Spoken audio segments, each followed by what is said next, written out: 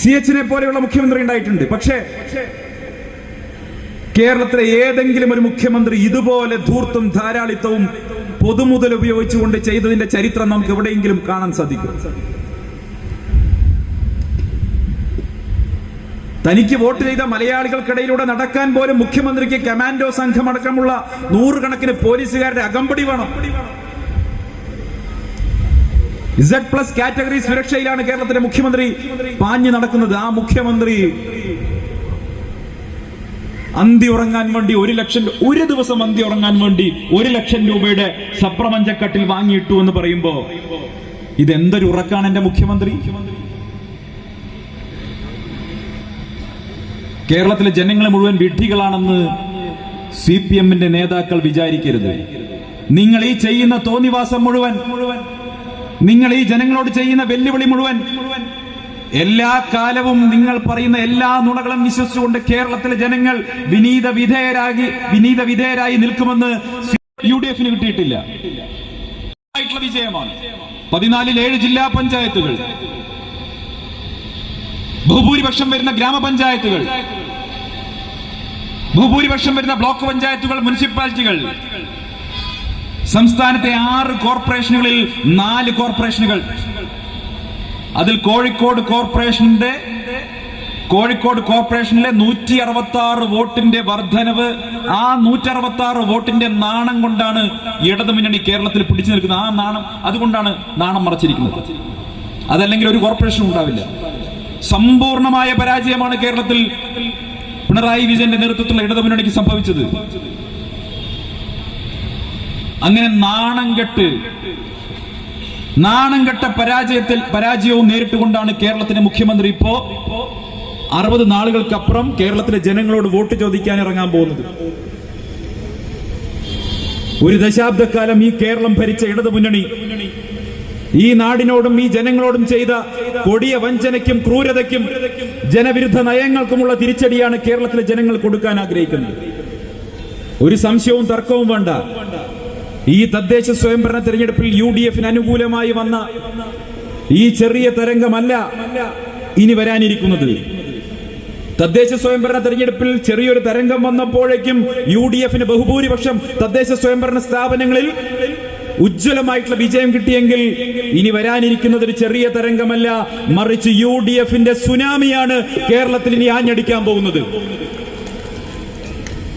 പെരിന്തൽമണ്ണയിൽ കഴിഞ്ഞ തവണത്തെ ഭൂരിപക്ഷം നജീബിന് 38 വോട്ട് അല്ലെ, 38 വോട്ട് കേരളത്തിലെ ചരിത്രത്തിലെ, രാഷ്ട്രീയ ചരിത്രത്തിലെ ഏറ്റവും കുറഞ്ഞ ഭൂരിപക്ഷങ്ങളിലൊന്നാണ്. പക്ഷേ കഴിഞ്ഞ തവണ കേവലം 38 വോട്ടിന് മാത്രം ജയിച്ച പെരിന്തൽമണ്ണയിൽ UDF-നെ നേരിടാൻ ഒരു സ്ഥാനാർത്ഥിയെ കണ്ടുപിടിക്കാൻ പോലും കഴിയാതെ ഇടതുപക്ഷം നിന്ന് വേർക്കാണ്. എന്താ കാരണം? പെരിന്തൽമണ്ണയിലെ CPM നേതാക്കന്മാർക്ക്, ഇടതുപക്ഷ നേതാക്കന്മാർക്ക് നല്ല ബോധ്യമുണ്ട്. നേരത്തെ പറഞ്ഞതുപോലെ ഇനിയൊരു തെരഞ്ഞെടുപ്പ് ഇവിടെ നടന്നാൽ ആ ഭൂരിപക്ഷം 38 ആവില്ല, അത് 10,000-ത്തിലധികം വരുന്ന ഭൂരിപക്ഷവുമായി നജീബ് വീണ്ടും ഇവിടുന്ന് തെരഞ്ഞെടുക്കപ്പെടുമെന്നുള്ള കാര്യത്തിൽ ഒരു സംശയവും തർക്കവും വേണ്ട. കാരണം കേരളത്തിന്റെ കഴിഞ്ഞ 5 വർഷക്കാലത്തെ ചരിത്രത്തിൽ തന്റെ നിയോജക മണ്ഡലം ഏറ്റവും മനോഹരമായി, ഏറ്റവും നല്ല രീതിയിൽ പരിപാലിച്ച ഒരു ജനപ്രതിനിധിയാണ് നജീബ് കാന്തപുരം. അദ്ദേഹത്തിന്റെ നേതൃത്വത്തിലാണ് അത്യുജ്വലമായിട്ടുള്ള വിജയം UDF-ന് പെരിന്തൽമണ്ണ മുനിസിപ്പാലിറ്റി ഉൾപ്പെടെയുള്ള സ്ഥലങ്ങളിൽ ലഭിച്ചത്. ചരിത്രത്തിൽ ആദ്യമായിട്ടാണ് പെരിന്തൽമണ്ണ മുനിസിപ്പാലിറ്റിയിൽ ഐക്യ ജനാധിപത്യ അധികാരത്തിൽ വരുന്നത്. എല്ലാ കാലത്തും, ഞാനൊക്കെ ഇവിടെ പഠിക്കുന്ന സമയത്തൊക്കെ ഇത് ഇടതുപക്ഷത്തിന്റെ കോട്ടയാണ്. ഇവിടെ ചരിത്രത്തിൽ ആദ്യമായിട്ട് UDF അധികാരത്തിൽ വന്നിരിക്കുന്നു.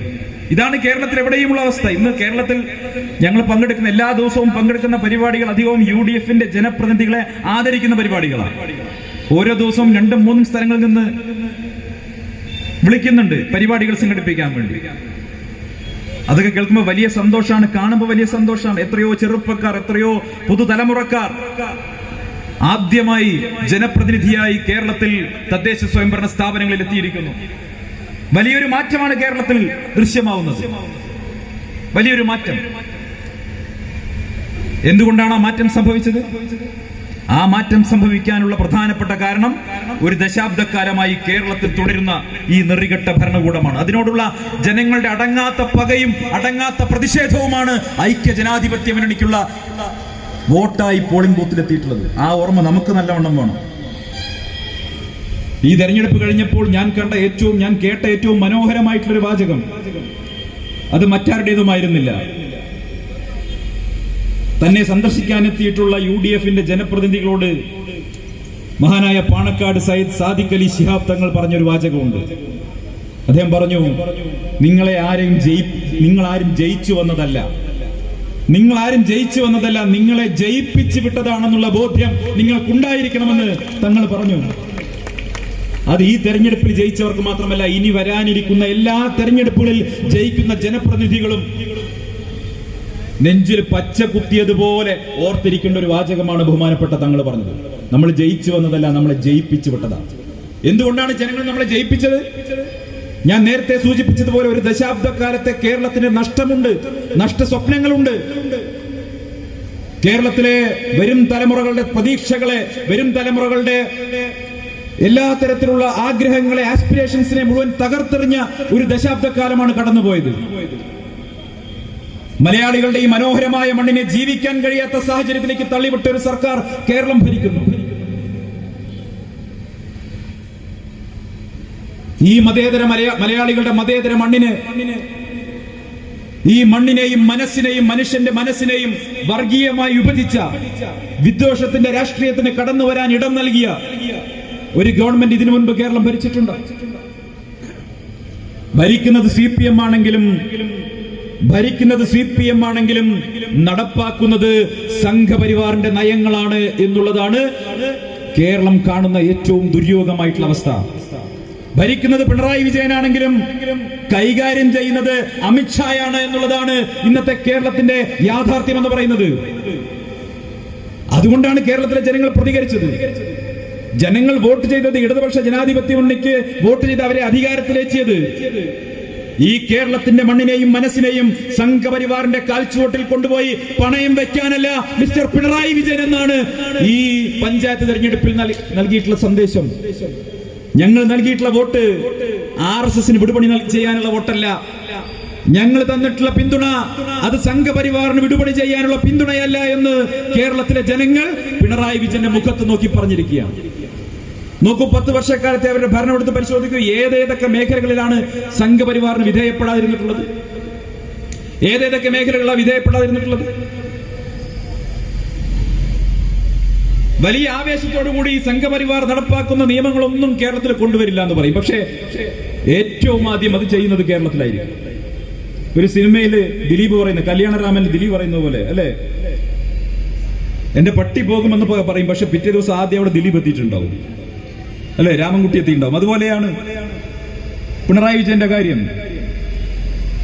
കൊന്നാൽ നരേന്ദ്രമോദി പറയുന്നത് കേരളത്തിൽ നടപ്പാക്കില്ല എന്ന് പറയും, പക്ഷെ പിറ്റേ ദിവസം രാവിലെ ഏറ്റവും ആദ്യം നടപ്പാക്കിയത് പിണറായി വിജയനായിരിക്കും. BJPയുടെ മുഖ്യമന്ത്രിമാർ നടപ്പാക്കുന്നതിന് മുൻപായിട്ട് നരേന്ദ്രമോദി കൊണ്ടുവരുന്ന എല്ലാ നിയമങ്ങളും നടപ്പാക്കിയിട്ടുള്ളത് പിണറായി വിജയനാണ്. UAPയുടെ അമെന്റ്മെന്റ് കൊണ്ടുവന്നപ്പോൾ പിണറായി വിജയൻ പ്രസ്താവിച്ചു, ഇത് കേരളത്തിൽ നടപ്പാക്കില്ല, ഇടതുപക്ഷം അധികാരത്തിലുള്ള കാലം വരെ UAP അമെന്റ്മെന്റ് കേരളത്തിൽ നടപ്പാക്കില്ല എന്ന് പറഞ്ഞ് നാക്ക് വായിലേക്കിട്ടതിന്റെ പുറകെ കോഴിക്കോട് 2 കുട്ടികളെ പിടിച്ച് അറസ്റ്റ് ചെയ്തു. അതേ അമെന്റ്മെന്റിന്റെ പേരിൽ അലനും താഹയും അറസ്റ്റ് ചെയ്യപ്പെട്ടത് ഏത് നിയമത്തിന്റെ പേരിലാണ്? നരേന്ദ്രമോദി കൊണ്ടുവന്ന UAP അമെന്റ്മെന്റ്. ഇന്ത്യയിൽ ആദ്യമായിട്ട് 2 കുട്ടികളെ അറസ്റ്റ് ചെയ്തത് കോഴിക്കോട്. അവരാരാ? CPM-കാർ. എന്താ അവർ ചെയ്ത കുറ്റം? അവരൊരു പ്രത്യേക മതവിഭാഗത്തിൽപ്പെട്ടവരായി പോയി. ആർക്ക് വേണ്ടിയിട്ട് അറസ്റ്റ്? ആരെ തൃപ്തിപ്പെടുത്താൻ ഈ അറസ്റ്റ്? സംഘപരിവാറിനെ തൃപ്തിപ്പെടുത്താൻ, RSSനെ സന്തോഷിപ്പിക്കാൻ. എന്നിട്ട് ആക്ഷേപം മുഴുവൻ കോൺഗ്രസിനാണ്. കോൺഗ്രസ് വന്നാൽ ആഭ്യന്തര വകുപ്പ് ആര് കൈകാര്യം ചെയ്യുന്ന പറഞ്ഞത്? ജമാഅത്തെ ഇസ്ലാമി കൈകാര്യം ചെയ്യും. പറയുന്നത് ആരാണ്? AK ബാലേട്ടൻ. ബാലേട്ടനോട് എനിക്ക് നല്ല മതിപ്പാണ്, സ്നേഹമാണ്. ഞാൻ ബാലേട്ടന്റെ സർട്ടിഫിക്കറ്റ് വാങ്ങി കോൺഗ്രസ് ചേർന്നയാളാണ്. ക്രിസ്റ്റൽ ക്ലിയർ ആണ്, നല്ല കുട്ടിയാന്ന് എനിക്ക് സർട്ടിഫിക്കറ്റ് തന്നത് ബാലേട്ടനാണ്. ആ ബാലേട്ടൻ പറയുന്നു, ഇവിടെ UDF അധികാരത്തിൽ വന്നാൽ ആഭ്യന്തര വകുപ്പ് ജമാഅത്തെ ഇസ്ലാമി കൈകാര്യം ചെയ്യും. നോക്കൂ, എന്ത് വിചിത്രമായിട്ടുള്ള വാദമാണ്. ഞാനത് കേട്ടിട്ട് അത്ഭുതപ്പെട്ടു പോയി.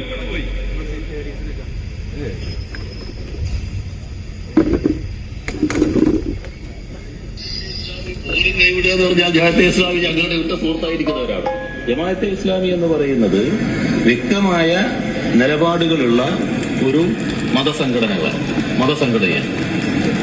അതിനകത്ത് അവർക്ക് ദേശീയ സാർവദേശീയ നിലപാടുകൾ അടക്കമുണ്ട്. അങ്ങനെ ഇല്ലാതെയുള്ളൊരു കൂട്ടായിട്ട് അവരെ വളരെ ചുരുക്കി കാണരുത്. ചുരുക്കി കണ്ടോ എന്നുള്ളൊരു സംശയം, അതുകൊണ്ടാണ് ഞാനത് പറയുന്നത്. ഞങ്ങൾ ചുരുക്കി കണ്ടിട്ടില്ല. ഇതാരുടെ വാക്കുകളാ? ഇതാരുടെ വാക്കുകളാ? ഇതാര് പറഞ്ഞതാ? ഇത് പിണറായി വിജയൻ പറഞ്ഞ വാക്കുകളാണ്. ജമാഅത്തെ ഇസ്ലാമി ഞങ്ങളുടെ സുഹൃത്തുക്കളാണ്, അല്ലേ? എന്താ അദ്ദേഹം പറഞ്ഞു? ജമാഅത്തെ ഇസ്ലാമി ഞങ്ങളുടെ സുഹൃത്തുക്കളാണ്, അവരെ നിങ്ങൾ അങ്ങനെ ചുരുക്കി കാണരുത്. അവർക്ക് ദേശീയവും സാർവദേശീയവുമായ കാഴ്ചപ്പാടുണ്ട്. ഞാൻ ഉളുപ്പ് വേണമെന്ന് പറയുന്നില്ല, പക്ഷേ ഉളുപ്പുള്ളവർ കുളിച്ച കുളത്തിൽ മിനിമം ഇറങ്ങി ഒന്ന് മുങ്ങുമെങ്കിലും വേണമെന്നാണ് CPM-ന്റെ നേതാക്കളോട് പറയാനുള്ളത്. അല്ലേ? നിങ്ങൾ ഇട്ടാൽ ബർമുട, ഞങ്ങൾ ഇട്ടാൽ വള്ളിക്കളസ്. എന്താ ഇവിടുത്തെ പരിപാടിയാ? കഴിഞ്ഞ തെരഞ്ഞെടുപ്പ് വരെ ജമാഅത്തെ ഇസ്ലാമിയുടെ പിന്തുണ പാൽപ്പായസം പോലെ വാങ്ങി ഭുജിച്ച CPM ഈ കഴിഞ്ഞ തെരഞ്ഞെടുപ്പിൽ വെൽഫെയർ പാർട്ടി ചില സ്ഥലങ്ങളിൽ UDF-ന് വോട്ട് ചെയ്തപ്പോ അവര് വർഗീയവാദികൾ, തീവ്രവാദികൾ, UDF വന്നാൽ ആഭ്യന്തര വകുപ്പ് ജമാഅത്തെ ഇസ്ലാമി കൈകാര്യം ചെയ്യും. എന്നാൽ UDF വരുമെന്നുള്ള കാര്യത്തിൽ പാലറ്റിന് സംശയമൊന്നുമില്ല. UDF വരും, പക്ഷെ വന്നാൽ ജമാഅത്തെ ഇസ്ലാമി കൈകാര്യം ചെയ്യും. ഇതാരെ പഠിപ്പിക്കാനാ പറയുന്നത്? പറയുന്നത് ഇവിടുത്തെ ക്രൈസ്തവ ഹിന്ദു വിഭാഗങ്ങളെ ഭയപ്പെടുത്താൻ വേണ്ടി, അവരിൽ ഭയപ്പാടുണ്ടാക്കാൻ വേണ്ടി, ഇതാ മുസ്ലിം ജനവിഭാഗങ്ങൾക്ക് സ്വാധീനമുള്ള ഒരു സർക്കാർ വരുന്നു എന്ന് പച്ചയ്ക്ക് പറയാൻ പറ്റാത്തത് കൊണ്ട് ജമാഅത്തെ ഇസ്ലാമിയുടെ പേരുപയോഗിക്കും.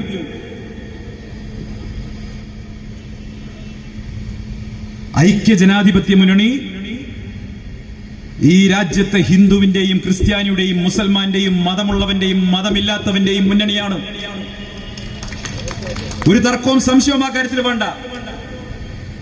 ഞങ്ങൾ അധികാരത്തിലിരിക്കുമ്പോ ഒരു തരത്തിലുള്ള അത്തരത്തിലുള്ള ഇടപെടലുകളും ഒരാളും ചെയ്യില്ല. ഉറപ്പ്. എന്താ ഉറപ്പ് പറയാൻ കാരണം ഞാൻ കോൺഗ്രസിൽ വന്നപ്പോ ആദ്യമായി പഠിക്കാൻ ശ്രമിച്ചത് നെഹ്റു കുടുംബത്തെ കുറിച്ചാണ്. കാരണം നെഹ്റു കുടുംബത്തെ കുറിച്ച് ഒട്ടേറെ വിമർശനങ്ങൾ ഉന്നയിച്ച ഒരാളാണ് ഞാൻ BJP-യുടെ ഭാഗമായി നിൽക്കുമ്പോ. നിങ്ങൾക്കറിയോ, നെഹ്റു കുടുംബത്തിൽ 2 പേർ രക്തസാക്ഷിത്വം വരിച്ചത് എന്തിനു വേണ്ടിയിട്ടാ? ഇവരെ ഈ പറയുന്ന മതരാഷ്ട്രവാദത്തെ എതിർത്തതിന്റെ പേരിലാണ് നെഹ്റു കുടുംബത്തിൽ 2 പേർ രക്തസാക്ഷികളായത്. ഒന്ന് മതരാഷ്ട്രവാദമാണെങ്കിൽ ഒന്ന് വംശീയ രാഷ്ട്രവാദം. ഖാലിസ്ഥാൻ വാദം എന്തായിരുന്നു? മതരാഷ്ട്രവാദല്ലേ? സിഖ് സമുദായത്തിന് സ്വന്തമായി രാഷ്ട്രം വേണമെന്ന ഖാലിസ്ഥാൻ തീവ്രവാദത്തെ അടിച്ചമർത്താൻ വേണ്ടി ഇറങ്ങി പുറപ്പെട്ടതിന്റെ പേരിൽ സ്വന്തം ജീവൻ ബലിയർപ്പിച്ച പ്രധാനമന്ത്രിയുടെ പേരാണ് ഇന്ദിരാഗാന്ധി. ആ നഷ്ടം അനുഭവിച്ച പാർട്ടിയുടെ പേരാണ് ഇന്ത്യൻ നാഷണൽ കോൺഗ്രസ്. തമിഴ് രാഷ്ട്രവാദം LTT-യുടെ, അത് വംശീയ രാഷ്ട്രവാദമല്ലേ? ആ വംശീയ രാഷ്ട്രവാദത്തിനെതിരെ നിലപാടെടുത്തതിന്റെ പേരിൽ സ്വന്തം ജീവൻ ബലിയർപ്പിക്കേണ്ടി വന്ന മുൻ പ്രധാനമന്ത്രിയുടെ പേരാണ് രാജീവ് ഗാന്ധി. ആ നഷ്ടവും താങ്ങിയ പാർട്ടിയുടെ പേരാണ് ഇന്ത്യൻ നാഷണൽ കോൺഗ്രസ്. എന്നിട്ട് നമ്മളെ നോക്കിയിട്ട് പറയാ എന്താണ്? നമ്മൾ അങ്ങ് വന്നു കഴിഞ്ഞാൽ മതരാഷ്ട്രവാദികളായിട്ടുള്ള ആളുകൾ ഈ രാജ്യം ഭരിക്കുന്നു. ആരാ പറയുന്നത്? നാഗ്പൂരിലെ RSS കാര്യാലയത്തിൽ പറയുന്ന ഉത്തരവുകൾ തൊണ്ട തൊടാതെ വിഴുങ്ങി നടപ്പിലാക്കുന്ന നാണം കെട്ട പിണറായി വിജയന്റെ പാർട്ടി പറയുകയാണ് ഞാൻ UDF വന്നാൽ ജമാഅത്തെ ഇസ്ലാമി കൈകാര്യം ചെയ്യും. ഇത് പറയുന്നവനൊരു എളുപ്പം വേണ്ടേ? വിദ്യാഭ്യാസ മേഖലയിൽ ന്യൂ എഡ്യൂക്കേഷൻ പോളിസി NEP ഇത് കേരളത്തിൽ നടപ്പാക്കില്ല എന്ന് പ്രഖ്യാപിച്ചത് കേവലം ഇടതുപക്ഷം മാത്രമൊന്നുമല്ല. UDF-ഉം LDF-ഉം ചേർന്നിട്ട് പ്രഖ്യാപിച്ചു RSS-ന്റെ വിദ്യാഭ്യാസ അജണ്ട അത് കേരളത്തിൽ നടപ്പാക്കാൻ അനുവദിക്കില്ല എന്ന് പ്രഖ്യാപിച്ചു. പക്ഷേ മന്ത്രിസഭയ്ക്കകത്ത് പിണറായി വിജയന്റെ അപ്പുറത്ത് കസേരയിട്ടിരിക്കുന്ന 2ാമൻ രാജൻ മന്ത്രിയുണ്ട് CPI-യുടെ. ആ പാവത്തിനോട് പോലും പറയാതെ ഡൽഹിയിൽ പോയി ഒപ്പിട്ട് വന്നു, അല്ലേ? മുന്നണിക്കകത്തിരിക്കുന്ന ബിനോയ് വിശ്വം ചായ കുടിച്ചു പോയി ആ പാവത്തിനോട് പറഞ്ഞില്ല. എന്താണ്? അടുത്തയാഴ്ച പോയി ഡൽഹിയിൽ പോയി ഒപ്പിടാൻ പോവെന്ന് പറഞ്ഞില്ല. ഒപ്പിട്ടോ എന്ന് രാജൻ ചോദിച്ചു, മിണ്ടിയില്ല പിണറായി വിജയൻ. നിങ്ങൾ ആലോചിച്ച് നോക്കൂ, ഈ കേരളത്തിന്റെ മതേതര ബോധത്തെ മുഴുവൻ അട്ടിമറിക്കാൻ വേണ്ടി നമ്മുടെ കുട്ടികളുടെ തലച്ചോറിനെ സ്വാധീനിക്കാൻ വേണ്ടി RSS നടപ്പാക്കിയിട്ടുള്ള പുതിയ ദേശീയ വിദ്യാഭ്യാസ നയം കേരളത്തിൽ നടപ്പാക്കാൻ വേണ്ടി ഒപ്പിട്ട് വന്നത് ഈ മുഖ്യമന്ത്രി പിണറായി വിജയനല്ലേ? PM ശ്രീ പദ്ധതി. ഇതിനെന്താ ന്യായീകരണം പറഞ്ഞത്? ഇത് ഒപ്പിട്ട് കഴിഞ്ഞാൽ 1500 കോടി റുപ്യ കൊടുക്കാമെന്ന് അമിത്ഷാ പറഞ്ഞു. 1500 കോടി റുപ്യ. ഈ പിച്ചക്കാശിന് വേണ്ടി കേരളത്തിന്റെ ആത്മാഭിമാനം പണയം വെച്ചല്ലോ മിസ്റ്റർ പിണറായി വിജയൻ എന്നാണ് നമുക്ക് ചോദിക്കുന്നത്. പിച്ചക്കാശിന് വേണ്ടി 1500 കോടി റുപ്യ. എന്താ 1500 കോടി റുപ്യ ഉള്ളത്?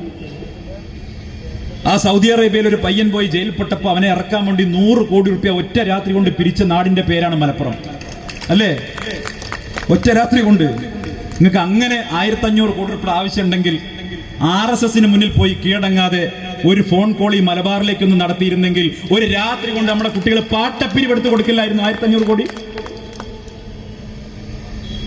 എന്നിട്ട് 1500 കോടി റുപ്യ കിട്ടാൻ വേണ്ടി RSS പറയുന്ന സ്ഥലങ്ങളിൽ, അമിത്ഷാ പറയുന്ന സ്ഥലങ്ങളിൽ പോയി തുല്യം ചാർത്തി വന്ന നാണം കെട്ടൊരു മുഖ്യമന്ത്രി ഈ കേരളം ഭരിച്ചുകൊണ്ടിരിക്കുന്നു. ആ മുഖ്യമന്ത്രിയെ മാറ്റാൻ വേണ്ടിയിട്ടാ ഇനി വരുന്ന തെരഞ്ഞെടുപ്പ്. ആ മുഖ്യമന്ത്രിയെ മാറ്റേണ്ടത് ആരുടെ ആവശ്യ? നമ്മുടെ മാത്രം ആവശ്യമല്ല, അത് CPM-കാരുടെ കൂടി ആവശ്യം. അതാ സച്ചിദാനന്ദൻ പറഞ്ഞത്. സച്ചിദാനന്ദൻ പറഞ്ഞു പാർട്ടി ബാക്കിയുണ്ടാവണമെങ്കിൽ പിണറായി പുറത്തു പോകണം. കവി മൃദുഭാഷിയായതുകൊണ്ട് കഠോരമായ പദപ്രയോഗങ്ങൾ നടത്തിയില്ല എന്നേ ഉള്ളൂ. കടക്ക് പുറത്ത് എന്നൊന്നും അദ്ദേഹം പറഞ്ഞില്ല. അദ്ദേഹം എന്താ പറഞ്ഞത്? ഈ വാതായനത്തിലൂടെ അങ്ങ് പുറത്തേക്ക് പോയാലും എന്നാണ് പറഞ്ഞത്.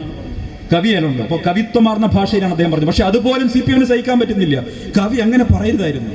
പുറകെ ഹമീദ് ചേന്നമംഗലൂർ പറഞ്ഞു സഖാക്കൾ നല്ല ജാഗ്രത പുലർത്തണം, പാർട്ടി അധികാരത്തിൽ തിരികെ വരാതിരിക്കാനുള്ള ജാഗ്രത സഖാക്കൾ പുലർത്തണം എന്നാണ് ഹമീദ് ചേന്നമംഗലൂർ പറഞ്ഞു. വന്നാ എന്താ കുഴപ്പം? വന്നാ CPM ബാക്കി ഉണ്ടാവില്ല. പിണറായി ഇനി വീണ്ടും അധികാരത്തിൽ തിരിച്ചെത്തിയാൽ CPM ബാക്കി ഉണ്ടാവില്ല. പണ്ടൊക്കെ ചുവപ്പ് നരച്ചാൽ കാവിയാകുമെന്ന് പറയുമെങ്കിൽ ഇന്നിപ്പോ നരയ്ക്കുന്നതിന് മുമ്പ് തന്നെ കാവിയായി മാറിയ ചുവപ്പിന്റെ കാലത്താണ് നമ്മൾ ജീവിക്കുന്നത്. ഈ പാവപ്പെട്ട സഖാക്കളൊക്കെ ആഗ്രഹിക്കുന്നുണ്ട് മരിച്ചു പോകുമ്പോ തന്റെ മൃതദേഹത്തിന് മുകളിലൂടെ ഒരു ചെങ്കൊടി പുതയ്ക്കണം. അവസാനം തെക്കോട്ടെടുക്കുമ്പോൾ ചിതയിലേക്ക് എടുക്കും മുമ്പ് സഖാക്കൾ അന്ത്യാഭിവാദ്യമായിട്ട് ഇങ്കുലാബ് വിളിക്കണം.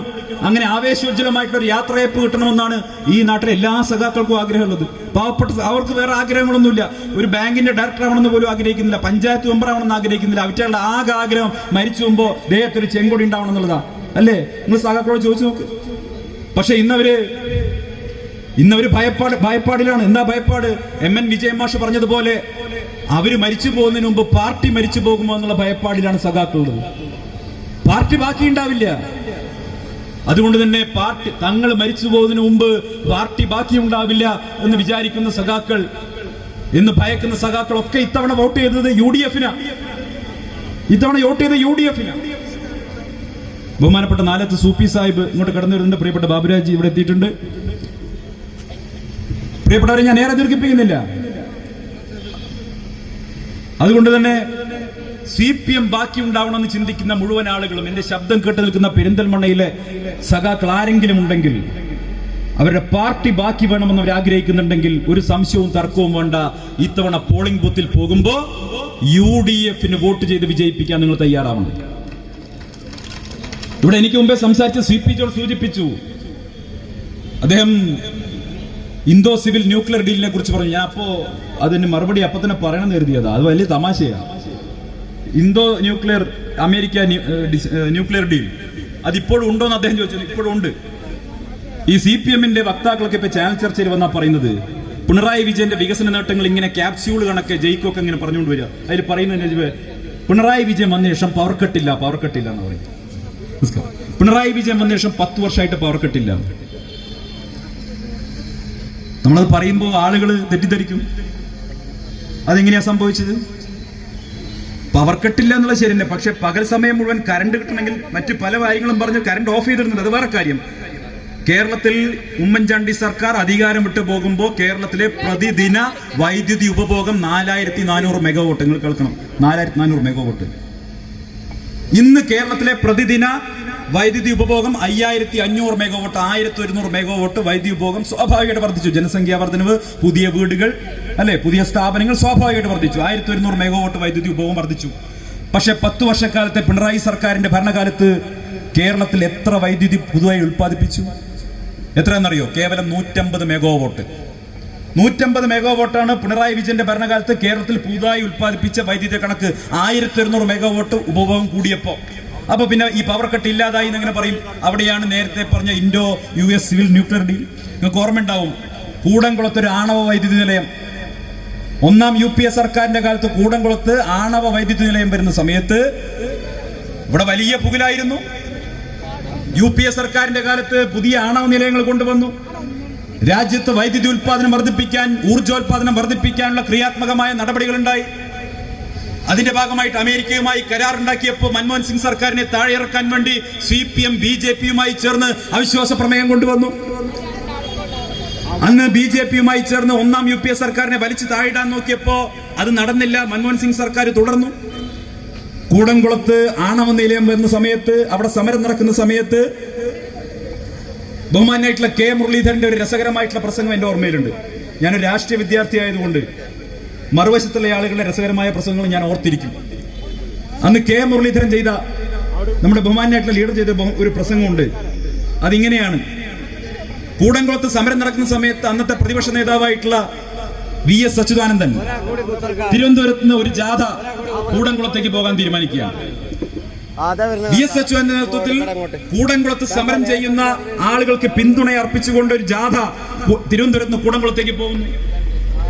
ഉടനെ കേരളത്തിന്റെ DGP, അന്നത്തെ കേരളത്തിന്റെ പ്രതിപക്ഷ നേതാവായിട്ടുള്ള VS അച്യുതാനന്ദനെ കണ്ടിട്ട് പറയുകയാണ്, ദയവ് ചെയ്ത് അങ്ങ് പോകരുത്, കാരണം അവിടെ ലോ ആൻഡ് ഓർഡർ ഇഷ്യൂ ഉണ്ടാവും, തമിഴ്നാടാണ്, അങ്ങ് പോയി കഴിഞ്ഞാൽ അതൊരു വലിയ പ്രശ്നമായിട്ട് മാറും, ലോ ആൻഡ് ഓർഡർ ഇഷ്യൂ ഉണ്ടാവും, അങ്ങ് പോകരുത് എന്ന് VS അച്യുതാനന്ദനോട് കേരളത്തിന്റെ DGP ആവശ്യപ്പെട്ടു. VS പറഞ്ഞു, ഞാൻ പോകും. VS പറഞ്ഞു, പോകുമെന്ന് പറഞ്ഞു. അങ്ങനെ VS തിരുവനന്തപുരത്ത് നിന്ന് ഒരു പ്രതിഷേധ ജാഥയുമായിട്ട് കൂടംകുളത്തേക്ക് പോവാണ്. കേരളത്തിന്റെ DGP പറഞ്ഞത് കേട്ടില്ല. അങ്ങനെ കൂടംകുളത്തേക്ക് പോയ VS നെയ്യാറ്റിൻകര കഴിഞ്ഞ് കളിയിക്കാവിള ബോർഡർ എത്തിയപ്പോൾ തമിഴ്നാട് പോലീസിന്റെ ഒരു SI വന്നു. എന്നിട്ട് പറഞ്ഞു, ഇവിടുന്ന് അങ്ങോട്ട് പോക മുടിയാതെ, നിങ്ങൾ പോനാ അങ്ക ലോ ആൻഡ് ഓർഡർ ഇഷ്യൂ വന്നിടും. ആരാ പറഞ്ഞത്? കളിയിക്കാവിളയിലെ തമിഴ്നാട് പോലീസിന്റെ SI പറഞ്ഞു VS-നോട് പോകരുതെന്ന് പറഞ്ഞു. ഉടനെ VS യാത്ര നിർത്തി തിരിച്ചു പോന്നു. കേരളത്തിന്റെ DGP പറഞ്ഞപ്പോ VS കേട്ടില്ല, പക്ഷെ തമിഴ്നാട്ടിലെ SI പറഞ്ഞപ്പോ അത് കേട്ട് VS തിരിച്ചു പോന്നു. ഇതാണ് K മുരളിയേട്ടൻ അന്ന് പ്രസംഗിച്ചത്. മനസ്സിലായല്ലോ?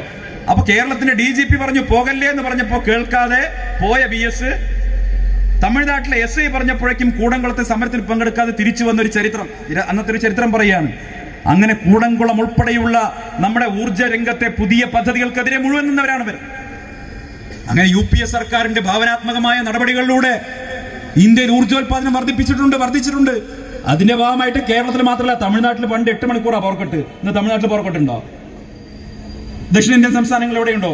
ടെക്നോളജി വർദ്ധിച്ചു, നാഷണൽ ഗ്രിഡ് വന്നു. പുതിയ ടെക്നോളജി വർദ്ധിച്ചപ്പോൾ സ്വാഭാവികമായിട്ടും മറ്റ് സ്ഥലങ്ങളിൽ നിന്ന് വൈദ്യുതി കൊണ്ടുവരാൻ പറ്റി. ഇന്ന് എങ്ങനെയാണ് വൈദ്യുതി കൊണ്ടുവരുന്നത്? വലിയ വിലയ്ക്ക് സ്വകാര്യ കമ്പനിയിൽ നിന്നടക്കം, അദാനിയിൽ നിന്നടക്കം കറണ്ട് എടുത്ത് ഇവിടെ അതിനേക്കാൾ കൂടുതൽ വിലയ്ക്ക് KSEB വിൽക്കുന്നു. പവർ കട്ടുണ്ടോ ഇല്ലയോ എന്നുള്ളതല്ല ചോദ്യം. കഴിഞ്ഞ 10 വർഷം കൊണ്ട് നിങ്ങൾ ഇവിടുത്തെ വൈദ്യുതിക്ക് എത്ര നിരക്ക് വർദ്ധിപ്പിച്ചു എന്നുള്ളതാണ് പ്രധാനപ്പെട്ട ചോദ്യം. സാധാരണക്കാർക്ക് അടയ്ക്കാൻ കഴിയാത്തവണ്ണം ആയിരക്കണക്കിന് രൂപയുടെ ബില്ല്, പ്രതിമാസ ബില്ല് ഇപ്പോ വൈദ്യുതിയുടെ പേരിൽ ജനങ്ങൾക്ക് വന്നുകൊണ്ടിരിക്കുകയാണ്. ജനങ്ങളെ പിഴിഞ്ഞുകൊണ്ടിരിക്കുന്ന ഒരു സർക്കാർ. ഇത് മാത്രമാണോ? വൈദ്യുതി ബില്ല് മാത്രമല്ല, നമ്മുടെ വെള്ളക്കരം എത്ര ഇരട്ടി വർദ്ധിപ്പിച്ചു, ഭൂമിയുടെ രജിസ്ട്രേഷൻ കോസ്റ്റ് എത്ര ഇരട്ടി വർദ്ധിപ്പിച്ചു, വീടുണ്ടാക്കാൻ വേണ്ട പെർമിറ്റിന് വേണ്ട തുക എത്ര വർദ്ധിപ്പിച്ചു, നമ്മുടെ വാർഷികമായിട്ടുള്ള ഭൂനികുതിയും അതുപോലെ വീട്ടുനികുതിയും ഒക്കെ എത്ര വർദ്ധിപ്പിച്ചു. സാധാരണക്കാർക്ക് ജീവിക്കാൻ പറ്റുന്നുണ്ടോ? സാധാരണക്കാർക്ക് ജീവിക്കാൻ കഴിയാത്ത സാഹചര്യം ഉണ്ടായിരിക്കുന്നു. ഇവിടെ ആകെ ജീവിക്കാൻ കഴിയുന്ന സാഹചര്യമുള്ളത് ബഹുമാനപ്പെട്ട മുഖ്യമന്ത്രിക്കും അദ്ദേഹത്തിന്റെ കുടുംബത്തിന് മാത്രം. നമുക്കൊക്കെ അല്ലേ ഉണക്കമീൻ കൂട്ടി കഴിക്കാനുള്ള പാങ്ങ് പോലും ഇപ്പില്ല സാധാരണക്കാർക്ക്. പക്ഷെ കേരളത്തിന്റെ മുഖ്യമന്ത്രിക്ക് നെയ്മീൻ തന്നെ വേണം. ആനത്തലവട്ടം ആനന്ദൻ നജീബിനൊക്കെ അറിയാം. നമ്മളൊക്കെ ചർച്ചയ്ക്ക് പോകുമ്പോൾ ഏറ്റവും നല്ല രീതിയിൽ ഇടപെട്ടിരുന്നൊരു നേതാവായിരുന്നു ആനത്തലവട്ടം ആനന്ദൻ. ഞാനൊക്കെ ചർച്ചയ്ക്ക് പോകുമ്പോൾ ഈ ഇടവേളകളിൽ പരസ്യത്തിന് പോകുന്ന സമയത്ത് ഞാൻ സ്റ്റുഡിയോയിൽ അടുത്തുണ്ടെങ്കിൽ സഖാവ് ഇങ്ങനെ കൈത്തട്ടി ചോദിക്കും, കുട്ടിക്കൊക്കെ സുഖമല്ലേ, എത്രാം ക്ലാസ്സിലാണ് പഠിക്കുന്നത്, സന്ദീപ് വീട്ടിലെല്ലാവർക്കും സുഖമല്ലേ, അമ്മയ്ക്ക് സുഖം, അങ്ങനെയൊക്കെ ചോദിച്ചിരുന്നു. എന്റെ അമ്മ മരിച്ച സമയത്ത് അദ്ദേഹം വിളിച്ച് ആശ്വസിപ്പിച്ചിരുന്നു. നല്ലൊരു മനുഷ്യൻ. വാസ്തവത്തിൽ CPM ഏറ്റവും പ്രതിസന്ധിയിൽപ്പെടുന്ന സമയത്തൊക്കെ മൃദുഭാഷിയായ അദ്ദേഹം ചാനൽ വന്നിരുന്ന് നല്ല രീതിയിൽ അതിനെ ഡിഫെൻഡ് ചെയ്യുമായിരുന്നു. ആനത്തലോട്ടമാണ് അപ്പുറത്തെങ്കിൽ നമുക്ക് കഠോരമായിട്ടുള്ള ശബ്ദങ്ങൾ, കഠോരമായിട്ടുള്ള പ്രയോഗങ്ങൾ നടത്താൻ പോലും പ്രയാസമാണ്. കാരണം അദ്ദേഹത്തിന്റെ സീനിയോറിറ്റി അത്ര വലുതാണ്. അതുകൊണ്ട് തന്നെ നമ്മൾ ആരും ആനത്തലവട്ടം വന്നാൽ നമ്മൾ എതിർത്തൊന്നും പറയാറില്ല, കാര്യമായിട്ടൊന്നും പറയാറില്ല, കളിയാക്കാനൊന്നും നിൽക്കില്ല. ഒരു സീനിയറാണ്. ആ ആനത്തലവട്ടം ആനന്ദന്റെ വീട്ടിൽ പിണറായി വിജയന്റെ ഒരു യാത്ര ഉച്ചഭക്ഷണം നിശ്ചയിക്കുക. ഇതാരാ പറഞ്ഞത്? നമ്മൾ പറയുന്നതല്ല, CPIയുടെ നേതാവ് ദിവാകരൻ പറഞ്ഞിട്ടുള്ള കാര്യമാണ്. ആനത്തലവട്ടത്തിന്റെ വീട്ടിൽ ഉച്ചഭക്ഷണത്തിന് പോകുന്ന പിണറായി വിജയൻ, ആനത്തലവട്ടത്തിനോട് അദ്ദേഹത്തിന് ഒരു മുൻവൈരാഗ്യമുണ്ട്. എന്താണത്? ആനത്തലവട്ടം CPM-നകത്തെ വിഭാഗീയതയിൽ VS അച്യുതാനന്ദനൊപ്പം നിൽക്കുന്ന കാലമാണ്. ആനത്തലവട്ടത്തിന്റെ വീട്ടിൽ പോകുന്നതേ പിണറായിക്ക് ഇഷ്ടമല്ല. അവിടെ പോയി കഴിഞ്ഞപ്പോൾ ഉച്ചഭക്ഷണം വിളമ്പി വെച്ചിരിക്കുന്നു. ഉച്ചഭക്ഷണം വിളമ്പി വെച്ചപ്പോൾ പിണറായി വിജയൻ മീൻകറിയിൽ ഇങ്ങനെ തൊട്ടു നോക്കിയിട്ട് ഇത് ഏത് മീനാണ് എന്ന് ചോദിച്ചു എന്നാ പറയുന്നത്. അതിൽ ദിവാകരൻ പറഞ്ഞു, ഇത് ചൂര മീനാണ്, ഇത് ചൂരയാണ്. ഇത് പറഞ്ഞപ്പോ വിളമ്പി വെച്ച ഭക്ഷണം പോലും കഴിക്കാതെ പിണറായി വിജയൻ അവിടെ എണീറ്റ് AKG സെന്ററിലേക്ക് പോയി എന്നാണ് ദിവാകരൻ പറഞ്ഞത്. നിങ്ങൾ ആലോചിച്ച് നോക്കൂ.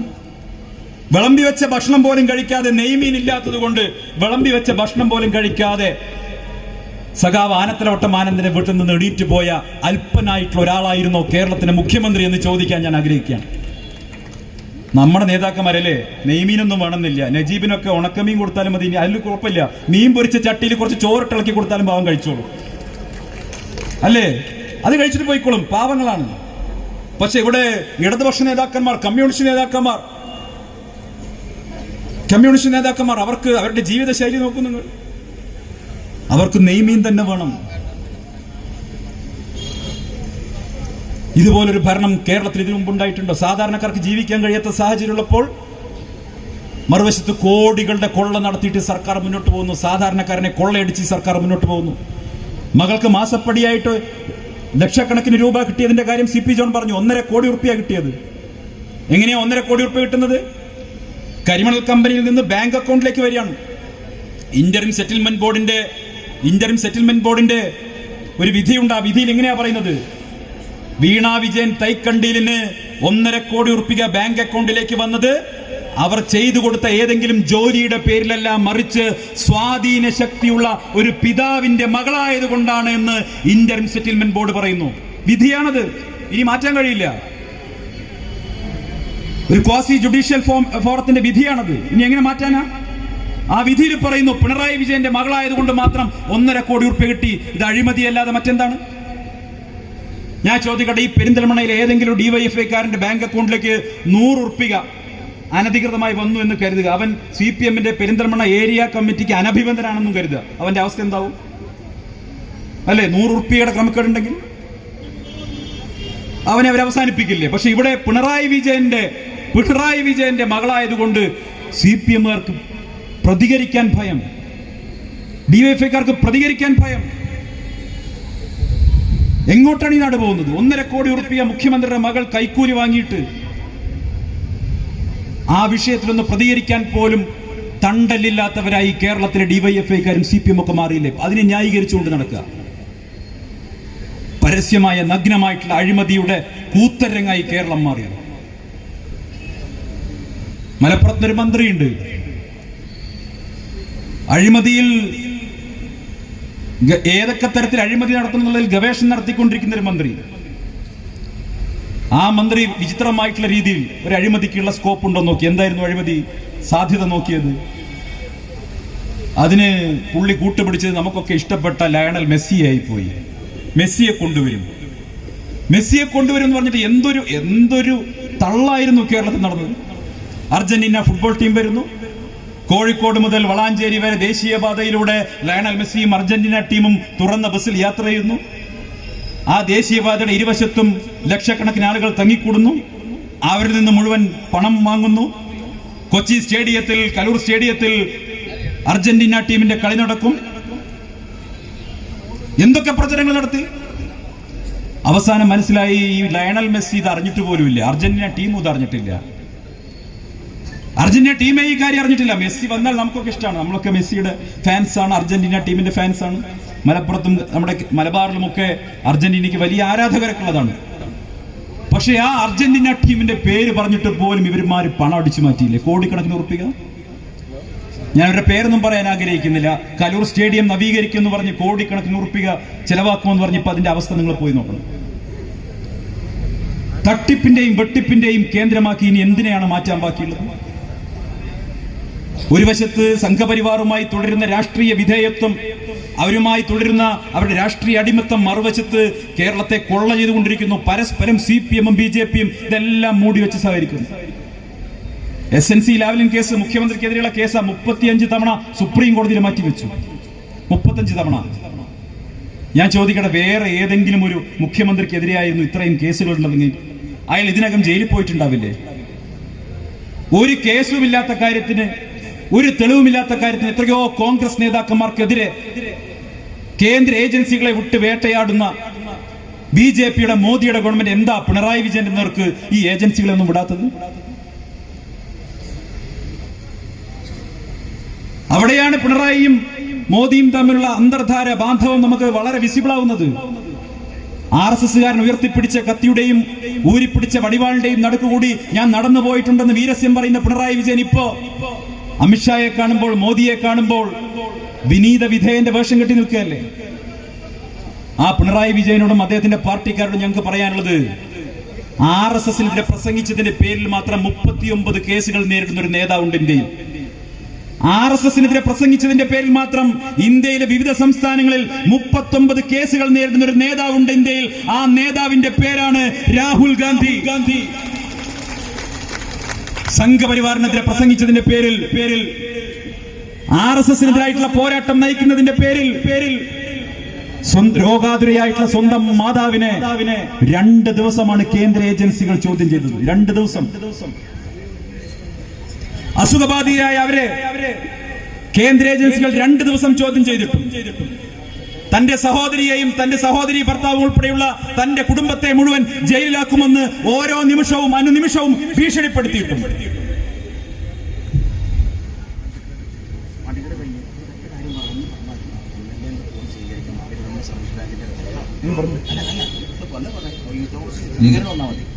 എന്താ പറയുക, ജയിലിലാക്കുമെന്ന് പറഞ്ഞ് അനുനിമിഷം ഭീഷണിപ്പെടുത്തുമ്പോ കേന്ദ്ര ഏജൻസികളെ വിട്ട് കോൺഗ്രസ് നേതാക്കളെ ഓരോരുത്തരെയായിട്ട് വേട്ടയാടിക്കൊണ്ടിരിക്കുമ്പോ പ്രിയപ്പെട്ടവരെ, അതിനു മുന്നിലൊന്നും തലകുനിക്കാതെ പതറാതെ നെഞ്ചു വിരിച്ചുകൊണ്ട് ആ സംഘപരിവാറിനെതിരായിട്ടുള്ള പോരാട്ടത്തിന് ഇന്നും ഈ നിമിഷവും ഇന്ത്യൻ പാർലമെന്റിൽ നേതൃത്വം കൊടുക്കുന്ന നേതാവിന്റെ പേരാണ് രാഹുൽ ഗാന്ധി. നിങ്ങൾ ആലോചിച്ച്, ഒരു 15 വർഷത്തോളമായി നിരന്തരമായിട്ട് BJP-യുടെ കേന്ദ്ര ഏജൻസികൾ മുതൽ സൈബർ അണികൾ വരെയുള്ളവർ നിരന്തരമായിട്ട് വേട്ടയാടുന്നു, നിരന്തരമായിട്ട് ആക്ഷേപിക്കുന്നു, പുലഭ്യം പറയുന്നു, കുടുംബത്തെ അടക്കം. പക്ഷെ ആ മനുഷ്യൻ പതർന്നില്ല. ബഹുമാനപ്പെട്ട അബ്ദുറഹ്മാൻ എണ്ണത്തണി സാഹിബ് എത്തിയിട്ടുണ്ട്. ആ മനുഷ്യൻ പതർന്നില്ല. ആ മനുഷ്യന് ഒരു തരത്തിലുള്ള പതർച്ചയും RSS-നെയോ BJP-യോ നേരിടുമ്പോ ഇല്ല. ഓരോ നിമിഷവും സംഘപരിവാറിനെതിരായിട്ടുള്ള രാഷ്ട്രീയം പറയുന്നതിൽ അദ്ദേഹം മുൻപന്തിയിലുണ്ട്. എനിക്ക് പ്രിയപ്പെട്ട സഖാക്കളോട് പറയാനുള്ളത്, നിങ്ങൾക്ക് പറ്റുമെങ്കിൽ CPM-ഉം BJP-യുമായി ബ്രിഡ്ജ് ഉണ്ടാക്കിയിട്ടുള്ള, ആ പാലം ഉണ്ടാക്കിയിട്ടുള്ള ഡൽഹിയിലെ ബ്രിട്ടാസ് ഉണ്ടല്ലോ, ബ്രിട്ടാസിനോട് പറഞ്ഞ് രാഹുൽ ഗാന്ധിയുടെ നട്ടെല്ലിന്റെ ഒരു ഫോട്ടോ സ്റ്റാറ്റെങ്കിലും വാങ്ങിക്കൊണ്ടുവന്ന് ആ പിണറായി വിജയൻ ഒന്ന് വെച്ചു കൊടുക്കാൻ പറയണം. രാഹുൽ ഗാന്ധിയുടെ തണ്ടലിന്റെ ബലത്തിന്റെ 100% സംഘപരിവാറിനെ നേരിടുന്നതിൽ കാണിക്കാൻ കേരളത്തിലെ മുഖ്യമന്ത്രിയോട് പറയണം. എന്നിട്ട് പറയുന്നത് എന്താ? അവരാണ് പോലും RSS-നെ നേരിടുന്നത്. എന്ത് വെച്ചിട്ട് അവർ RSS-നെ നേരിടുന്നത്? ഇന്ത്യയിൽ ആകപ്പാടെ ബാക്കിയുള്ളത് ഇനിയിപ്പോ കേരളം എന്ന തുരുത്താണ്. ഈ ഒരു തുരുത്താണ് ആകെ ബാക്കിയുള്ളത്. കഴിഞ്ഞ ദിവസം ഗോവിന്ദ മാഷ് പറഞ്ഞു, CPM എന്ന് പറഞ്ഞാൽ ഫുട്ബോൾ പോലെയാണ്, അടിച്ചാൽ അങ്ങോട്ട് പാഞ്ഞു പോകുന്നു, അല്ലേ? ഗോവിന്ദ മാഷ് പറയണം. എനിക്ക് കേട്ടപ്പോ ചിരി വന്നു. CPM ഫുട്ബോൾ ആണെങ്കിൽ ആദ്യത്തെ അടി കൊടുത്തത് ബംഗാളിലത്തെ ആളുകൾ, അടിച്ച് ബംഗാൾ ഉൾക്കടലിലേക്ക് കളഞ്ഞിട്ടുണ്ട്. ത്രിപുരയിൽ ഉണ്ടായിരുന്ന ഫുട്ബോൾ അടിച്ച് ജനങ്ങൾ ആ പന്ത് കാണാൻ പോലും ഇല്ല. അടുത്ത അടി കിട്ടാൻ പോകുന്നത് കേരളത്തിലെ ജനങ്ങളുടെ കയ്യിൽ നിന്നാണ്. ഇനി അടിച്ചാൽ, ഇനി CPM-ന് അടി കിട്ടിക്കഴിഞ്ഞാൽ അറബിക്കടലിൽ നോക്കിയാൽ മതി. ആ പാർട്ടി ഇല്ലാതാവാൻ പോവുകയാണ്. എന്തുകൊണ്ടാണ് ഇല്ലാതാവാൻ പോകുന്നത്? ആ പാർട്ടി കേരളത്തിൽ പിന്തുടരുന്ന അന്ധമായിട്ടുള്ള കോൺഗ്രസ് വിരോധമാണ് ആ പാർട്ടിയെ ഇല്ലാതാക്കുന്നത്. അന്ധമായിട്ടുള്ള BJP ദാസ്യത്തിലേക്ക് പോകുന്നത്. അത് ഇന്നോ ഇന്നലെയോ തുടങ്ങിയൊന്നുമല്ല. എന്നു മുതലാണ് BJP ബാന്ധവര് തുടങ്ങിയത്? 967-ലാണ് ആദ്യത്തെ മുന്നണി ഉണ്ടാവുന്നത്. RSS-ഉം CPM-ഉം തമ്മിൽ സംയുക്ത വിധായക് ദൾ എന്ന് പറഞ്ഞ് ബീഹാർ ഉൾപ്പെടെയുള്ള 5-6 സംസ്ഥാനങ്ങളിൽ ഒരുമിച്ച് മുന്നണിയായി കോൺഗ്രസിനെ അധികാരത്തിന് പുറത്താക്കാൻ. പഞ്ചാബിൽ ആ മുന്നണിയുടെ കൺവീനർ ആരായിരുന്നു എന്നറിയാം? പഞ്ചാബിൽ ആ മുന്നണിയുടെ കൺവീനറുടെ പേരാണ് ഹർകിഷൻ സിംഗ് സുർജീത്. ബംഗാളിൽ അജോയ് മുഖർജിയുടെ നേതൃത്വത്തിൽ ആദ്യത്തെ കോൺഗ്രസ് ഇതര സർക്കാർ ഉണ്ടാവുമ്പോ അവിടുത്തെ ഏക ജനസംഘം MLA യുടെ പിന്തുണ ആ സർക്കാരിനാണ്. ബീഹാറിൽ ഇവരൊരു മന്ത്രിസഭയുടെ ഭാഗമായിട്ടിരുന്നു. ഇടതു മുന്നണിയും RSSഉം, ഇടതു പാർട്ടികളും RSSഉം, ജനസംഘവും. മന്ത്രിസഭ എന്ന് പറഞ്ഞാൽ അവിടെ ഐകകണ്ഠേന തീരുമാനങ്ങൾ എടുക്കണം, അവിടെ ഡിസെന്റ് ഇല്ല. ഒരു മന്ത്രിസഭയിൽ ഒരുമിച്ചിരുന്നു 67-ൽ. 77-ൽ വീണ്ടും അടിയന്തരാവസ്ഥയ്ക്ക് ശേഷം ഇവർ ഒരുമിച്ച് ഒരു മുന്നണിയായിട്ട് ഒന്നിച്ച് ഈ കേരളത്തിലടക്കം മത്സരിച്ചു വന്ന് കൂത്തുപറമ്പിൽ നിന്ന് പിണറായി വിജയൻ തെരഞ്ഞെടുക്കപ്പെടുന്നത് RSSന്റെ വോട്ട് വാങ്ങിയിട്ടാണ്. 77-ന് ശേഷം വീണ്ടും 89-ൽ ചരിത്രം ആവർത്തിച്ചു. VP സിംഗിനെ പിന്തുണയ്ക്കാൻ വേണ്ടി ജ്യോതിബാസുവും അതുപോലെ തന്നെ ഹർകിഷൻ സിംഗ് സുർജീത്തും CPM-ന്റെ നേതാക്കന്മാരും രാജയടക്കം ഉള്ള എല്ലാ CPI-യുടെ നേതാക്കന്മാർ, സോമാ ചാറ്റർജി അടക്കമുള്ളവർ എല്ലാവരും ഒരുമിച്ച് കൈപ്പൊക്കിയില്ല VP സിംഗിനെ കൊണ്ടുവരാൻ. പിന്നീട് 2004-ൽ വീണ്ടും UPA സർക്കാരിനെ താഴെ ഇറക്കാൻ വേണ്ടി ഇവർ ഒരുമിച്ച് വോട്ട് ചെയ്തു. അങ്ങനെ നിശ്ചിതമായ ഇടവേളകളിൽ പൂക്കുകയും തളിർക്കുകയും ചെയ്യുന്ന ഒരു പ്രത്യേകതരം ബന്ധമാണ് CPM BJP ബന്ധം. ഇന്ന് വീണ്ടും കാലം അവരുടെ പുതിയ ബന്ധത്തിന് അവസരമൊരുക്കിയിരിക്കുകയാണ്. പ്രിയപ്പെട്ടവരെ, ഈ RSS BJP CPM അവിശുദ്ധ ബാന്ധവമുണ്ടല്ലോ, ആ ബാന്ധവത്തിനെതിരായി കേരളം ജനവിധി എഴുതാൻ പോവുകയാണ് 60 നാളുകൾക്കപ്പുറത്ത്. ഞാൻ ഏറെ ദീർഘിപ്പിക്കുന്നില്ല, ബഹുമാനപ്പെട്ട രണ്ടത്താണി സാഹിബ് അടക്കമുള്ളവരുടെ ഇരിക്കുകയാണ്, ഞാൻ ദീർഘിപ്പിക്കുന്നില്ല. അതുകൊണ്ട് തന്നെ പ്രിയപ്പെട്ടവരെ, കഴിഞ്ഞ നിയമസഭാ തെരഞ്ഞെടുപ്പിൽ കേരളത്തിലെ ജനങ്ങൾക്ക് പറ്റിയിട്ട് ഒരു കയ്യബദ്ധം തിരുത്താനുള്ള ഒരു അവസരമാണ് വന്നത്. ഇനിയൊരിക്കൽ കൂടി ഈ ദുർഭരണം എന്നല്ല, ഈ ദുർഭൂതത്തെ താങ്ങാനുള്ള ശേഷി കേരളത്തിലെ ജനങ്ങൾക്കില്ല. അതുകൊണ്ട് തന്നെ ഐക്യ ജനാധിപത്യ മുന്നണിയുടെ പ്രവർത്തകരായിട്ടുള്ള നമ്മൾ